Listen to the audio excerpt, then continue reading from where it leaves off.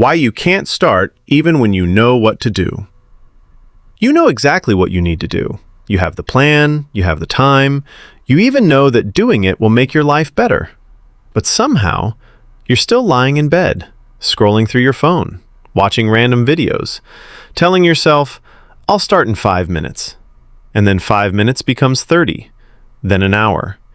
Then the entire day is gone. So what's going on? Are you lazy? Not necessarily. The real problem is much more interesting. Your brain is constantly trying to avoid discomfort.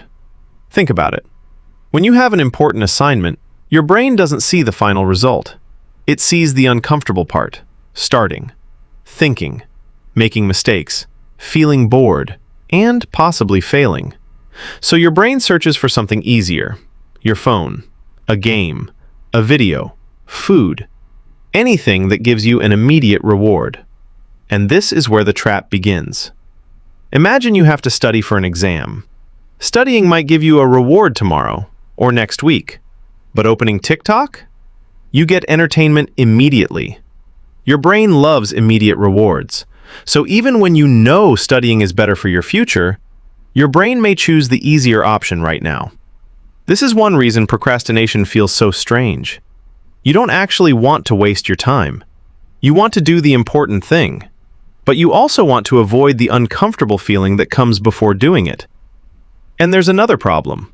Sometimes the task looks too big. You tell yourself, I need to study for 3 hours. I need to make an entire video. I need to completely change my life. Your brain sees this huge mountain and immediately thinks, nope. So instead of climbing the mountain, you don't even take the first step. But here's the trick. Don't focus on finishing. Focus on starting. Instead of saying, I need to study for 3 hours, say, I'll study for 5 minutes. Instead of, I need to make an entire video, say, I'll open the editing software. Instead of, I need to get fit, say, I'll do 5 push-ups. The goal isn't to finish the task. The goal is to make the first step so easy that your brain has almost no reason to resist. And something interesting often happens. Once you start, continuing becomes much easier. Because the hardest part wasn't always the work. It was the transition from doing nothing to doing something. Think about a car. When it's already moving, keeping it moving takes less effort. But getting it from zero to motion, that's the difficult part. Your brain works in a similar way.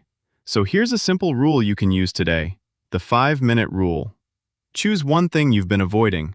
Set a timer for 5 minutes and work on it. Only 5 minutes. When the timer ends, you can stop. No guilt, no pressure. But here's the important part. You must actually start. Because you're training your brain to understand something powerful. I can begin even when I don't feel motivated. And that's more important than motivation. Because motivation is unreliable. Some days you'll feel motivated, other days you won't. If your entire life depends on motivation, you'll constantly be waiting for the right feeling. Successful people aren't always motivated. They simply become better at starting. They start when they're tired. They start when they're bored. They start when they don't feel ready. And after starting, motivation often appears naturally. So the next time you catch yourself saying, I'll do it later, stop. Don't think about the entire task. Don't think about how difficult it will be. Don't think about the final result. Ask yourself one question. What's the smallest action I can take right now? Open the book. Write 1 sentence.